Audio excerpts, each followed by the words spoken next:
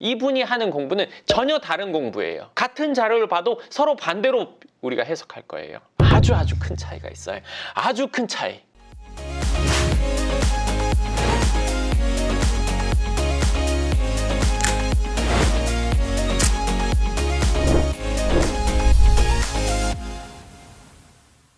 반갑습니다. 연금처럼 월세받게 해주는 연금형 부동산 연구소 황 소장입니다. 오늘은 부동산 상승론 그리고 부동산 하락론에 대해서 얘기를 해보도록 할게요.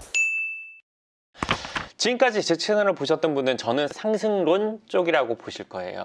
일부분은 맞고 일부분은 아니기도 해요. 사실은 그래요. 근데 이 두 개, 과거부터 지금까지 부동산 시장이 올랐고 앞으로의 통화량이 늘어나고 금리가 어떻고 저쩌고 여러 가지 영향이 있을 거고 그래서 올라간다는 거. 그리고 하락론은 지금까지 올랐으니까 이제 떨어질 거라는 거, 앞으로 금리 어떤 세계 어쩌고 저쩌고 이런 얘기들을 근거로 든단 말이에요. 근데 저는 이론적인 거 그냥 이거 빼고 제가 하고 싶은 얘기는 뭐냐면, 자, 상승한다고 얘기를 주로 많이 하는 사람들이 얘기를 듣고 어떤 행동을 한 분들, 하락한다는 얘기를 주로 듣고 행동한 분들, 자, 이 두 부류가 있을 거예요. 어디가 득이 됐을까요? A군과 이 B군, 어디가 더 득이 됐을까요? 지금까지 볼게요. 일단은 미래에 대해서는 다시 얘기하도록 하고요. 2021년 지금 5월이에요. 이건 당연히 아실 거예요. 상승론자 이야기를 들은 사람들이 무조건 득이 됐어요. 현재까지. 그럼 미래에는 하락론자 이야기를 들으면 득이 될까요? 어떻게 될까요? 하락론자인 분들이 보셔도 이 방금 질문에는 당연히 그래, 지금까지는 그게 맞아, 앞으로가 달라질 수도 있어, 이 얘기 하실 거예요. 상승론자 얘기 들었던 분들이 2021년 5월까지 무조건 득을 봤어요. 왜? 하락론자 이야기를 들은 사람은 지금까지 부동산을 한 번도 산 적이 없으니까. 자명한 사실이죠. 부동산을 한 번도 사보지 않았으면 부동산으로 득이 될 수는 죽었다 깨나도 없어요. 그쵸? 항구에서만 정착하고 있는 배가 물고기를 잡아본 적은 없을 거 아니에요. 바다로 나가야 뭘 잡을 거 아니에요. 그쵸? 자, 그러면 앞으로 어떻게 될 거냐, 이거 한번 볼게요. 여러 가지 세계적 정세 이런 건 일단 빼고 간단하게만 생각해 볼게요. 자, 하락론자 이야기를 계속 듣는 분들, 부동산 안 사겠죠. 물론 이분들도 공부를 해요. 하락해야 되는 이유에 대해서 공부하죠. 하락할 수 있는 요소들을 찾게 되죠. 그로 인해서 부동산 절대 사지 않게 돼요. 미래에 지금보다 부동산 가격이 떨어졌어요. 지금 10억 하던 게 예를 들어서 8억 했다고 볼게요. 이분들 돈 벌었어요? 사지 않았으니까 어쨌건 마이너스도 나지 않았지만 플러스 난 것도 없어요. 자, 그럼 2022년에 10억짜리가 8억 됐다고 칠게요. 이분들 살 수 있을까요? 내 머릿속에는 하락해야 되는 이유들이 엄청나게 수백 수천 가지가 들어있고 더 떨어져야 된다 하는 사람들의 이야기를 듣고 있어요. 8억 됐을 때 살 수 있을까요? 6억 되면 살 수 있을까요? 10억짜리가 5억 되면 폭락이라고 봐야 돼요. 5억 돼도 살 수 있을까요? 사는 날이 안 온다는 거예요. 중요한 거는. 득되기가 어렵다는 거예요. 뭔가를 사 오르고 뭐가 되는 건데, 내 집 마련도 마찬가지예요. 내 집 마련 하려고 했는데 10억 이거 거품이야 거품, 5억 대도 거품이야 거품, 3억 대도 만약에 이런 일이 정말 벌어진다고 했을 때 안 벌어지겠지만요, 평생 내 집 마련을 못하고 50대 60대 후회를 하는 거예요. 이분이 하는 공부랑 이분이 하는 공부는 전혀 다른 공부예요. 자료 찾아보는 것도 완전 반대의 자료겠죠. 같은 자료를 봐도 서로 반대로 우리가 해석할 거예요. 떨어져야 되는 이유를 결론으로 두고 뭐든지 찾아보는 거죠. 동전에 양면이 있듯이, 그쵸? 그러니까 동전으로 양면이 있는 거는 무조건 그 동전을 갖다 쓰면 되는 거니까 아무 상관이 없는데, 내 머릿속에 폭락으로만 가득 차 있다면 뭘 봐도 마이너스 쪽으로만 받아들이게 되는 거죠. 저러니까 안 되는 거야, 저러니까 마이너스 돼야 돼, 저러니까 거품이야, 저것 때문에 앞으로 폭락할 거야 라는 쪽으로만 머리를 쓰게 돼요. 저희 댓글 쓰신 분 중에 폭락론자 얘기를 듣고 예전에 부동산 사지 않아서 지금 시간 지나서 손해라고 이야기하시는 분이 있어요. 사실 손해는 아니죠. 내 돈을 까먹은 건 아니니까. 하지만 그분이 말하는 손해는 자산 가치가 높아지고 돈의 가치가 떨어졌기 때문에 과거에 5억으로 살 수 있는 걸 지금 10억 줘야 된다는 얘기죠. 상대적인, 요즘 말하면 벼락거지 같은 건데, 그거는 벼락은 아니죠. 긴 세월 동안 그렇게 된 거니까. 은행에 너는 10억, 예를 들어서 10억이 있었는데 지금 10억 그대로 있지만 10년 전에 10억과 지금 10억은 차이가 많이 나기 때문에 손해를 봤다 하는 거죠. 폭락론을 주장했던 사람, 너 그래도 그대로 10억 있잖아 라고 말한다면 금액에 손해가 없으니까 할 말은 없을 수도 있지만 자산 가치가 올라갔기 때문에 그거는 누가 봐도 자산이 줄어든 상황이 되는 거죠. 네, 그러면 이제 상승론자의 얘기를 좀 해볼게요. 자, 상승론자. 여기서 떨어져야 되는 이유 찾듯이 여기 올라가야 되는 이유 찾을 거예요. 근데 아주 큰 차이가 있어요. 아주 큰 차이. 하락론자들이 주장하는 내용들은 대부분이 다 거시적인 얘기예요. 세계 정세, 세계 금리, 뭐 어떤 상황, 이런 얘기하는 사람들 다 하락론자예요.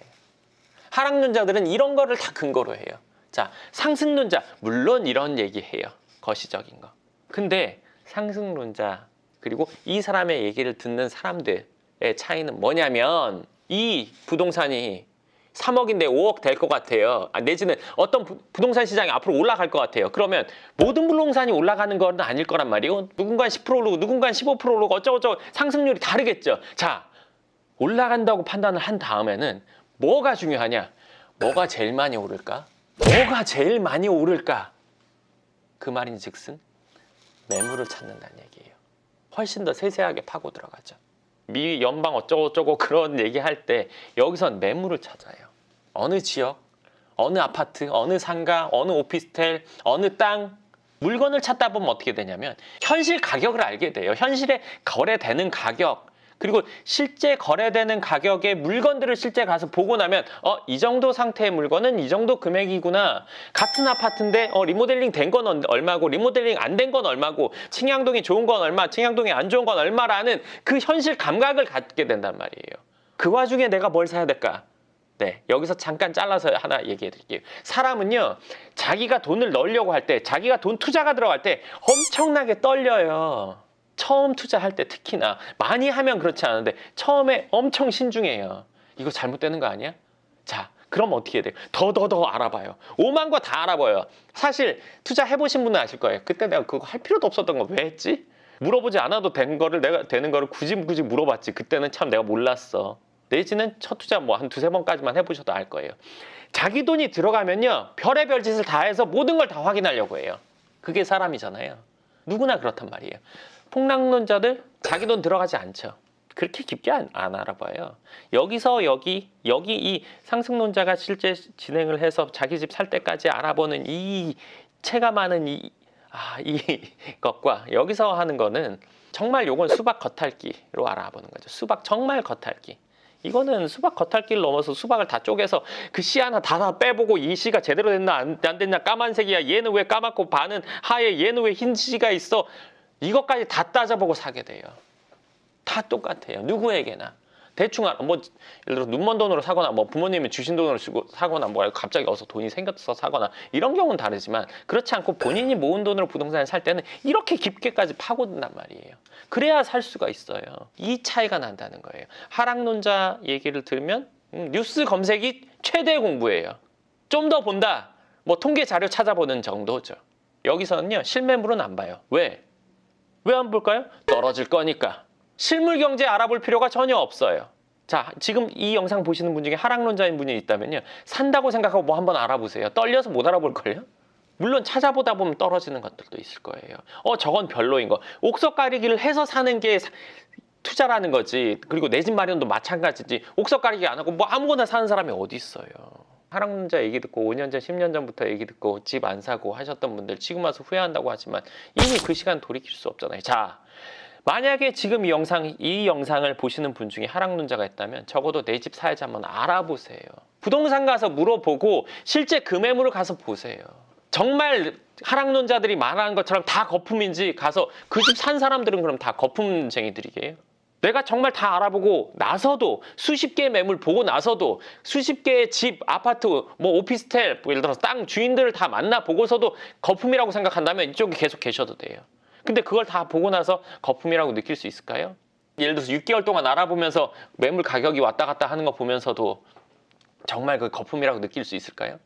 그렇게 되게 어려울 거예요. 그러면 또 그거 뭐 세계 뭐 어쩌고 이거랑 실물 경제랑 물론 뭐가 딱 중요하다고 볼 수는 없겠지만 저는 이게 더 중요하다고 생각해요. 이 실물 경제 없이 뭐 세계적인 거에 따라서 무조건 따라가요? 뭐가 나한테 득되는지 생각해 보세요. 지금 하락론자인 분들이 말하는 게 그분이 1년 전부터 활동했는지 몇 년 전부터 활동했는지 한번 보세요. 그때 하락한다고 한 시점? 네, 하락론자들은 대부분 시점을 얘기하지 않아요. 본인도 알 수 없잖아요. 저도 언제까지 오를지는 몰라요. 하지만 지금은 오른다고 생각해요. 물론 모든 것이 오르진 않아요. 부동산에서도 괜찮은 걸 선별하는 게 중요한 거지 모든 게 다 오른다고 얘기할 수는 없단 말이에요. 주식도 마찬가지잖아요. 시가총액이 뭐 예를 들어서 우리나라 전체 그 주식의 가치가 높아지겠죠. 그렇지만 모든 주식이 높아지지는 않잖아요. 근데 주식은 떨어질 거야, 주식 사면 안 돼. 그게 중요한 게 아니라 올라갈 만한 걸 선정하는 게, 선택하는 게 중요한 거잖아요. 주식은 아예 안 하고 살 수 있다고 생각해요. 저도 주식은 하지는 않거든요. 왜? 주식은 내가 안 한다고 해서 크게 문제 생기진 않잖아요. 부동산을 안 하고 살 수는 없어요. 내 집 마련 안 하고 살기에는 좀 그렇잖아요. 평생 전세 월세로 사실 분들은 계속 하락론자 이 얘기 들으셔도 무리 없을 거예요. 그렇지만 적어도 내 집에서 한번 살아보고 싶다. 그리고 상대적으로 자산이 하락되는 걸 원치 않는다 생각하시면은 부동산을 동떨어져서 할 수는 없죠. 하락론자 얘기가 몇 년 전부터 있었는데 이 사람 얘기 들은 사람들이 지금 뭔가 더 득이 됐나? 기분의 득 말고요. 현실적인 득, 자산의 득이 됐나를 보세요. 어느 시점 정도 돼서 하락론자의 얘기를 들었는데 부동산 가격이 올라요. 그럼 어떻게 되면 열폭하게 돼요. 어떻게 열폭하냐? 부동산으로 돈 번 놈들 다 나쁜 놈들이야. 이런 시각으로 보고 더 이쪽으로 파고들게 된단 말이에요. 근데 지금까지 나한테 득이 안 됐어요. 그러면 여기 얘기도 들어볼 만 하잖아요. 여기만 무조건 맞고 흑백 논리로 볼 필요가 없다고 생각해요. 지금까지 내가 여기 얘기 들어봤는데 득이 안 됐어. 그럼 여기 얘기 들어볼 수도 있는 문제예요. 여기 얘기 들었는데 내가 득이 안 됐어요. 듣는 걸로 끝난 게 아니라 행동을 옮겼을 때예요. 득이 안 됐어. 그럼 여기 얘기 들어볼 수 있는 문제예요. 사람이 무조건 뭐 하나만 한쪽 방향만 전 맞다고 생각하진 않거든요. 어느 한쪽 내가 득이 되는 쪽을 선택하는 게 맞는 거잖아요. 부동산에 관심 왜 가져요? 부동산 자산 늘리려고 아니면 내 집 마련하려고. 이 둘 이유 말고는 없단 말이에요. 부동산 분야에서 관심 갖는 이유는. 몇 년 전에 내 친구가 저 얘기를 듣고 뭘 했는데 득이 됐다. 몇 년 전부터 가만히 있었다. 뭐가 득이냐? 이런 얘가 하나인가? 두 개, 세 개, 네 개 찾아보니까 이 둘 중에는 어느 쪽 얘기를 듣는 게 나한테는 더 득이 되겠다. 그럼 지금이라도 늦지 않았으니까 내가 득이 되는 쪽으로 이 어느 쪽이 됐던 간에 그쪽에 가서 행동을 해보시는 게 맞는 거죠. 세계 정세, 통계, 기준금리 여러 가지 다 중요해요. 다 중요하지만 내가 어느 시각을 갖느냐가 사실 저는 제일 중요하다고 보거든요. 하락장에서도 상승하는 게 있고 상승장에서도 하락하는 게 있어요.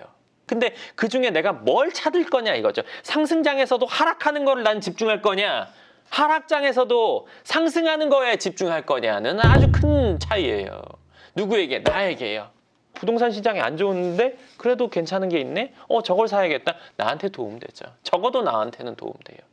그러니까 내가 어느 입장에 서 있어야 될지, 나에게 과연 어느 쪽이 내 집 마련하는 데 도움이 될지, 부동산 자산뿐만 아니라 내 자산을 적어도 유지 상승시키는 게 어느 쪽일지 생각해 보세요. 그러고 다시 한번 보세요. 내가 늘 보던 것들요.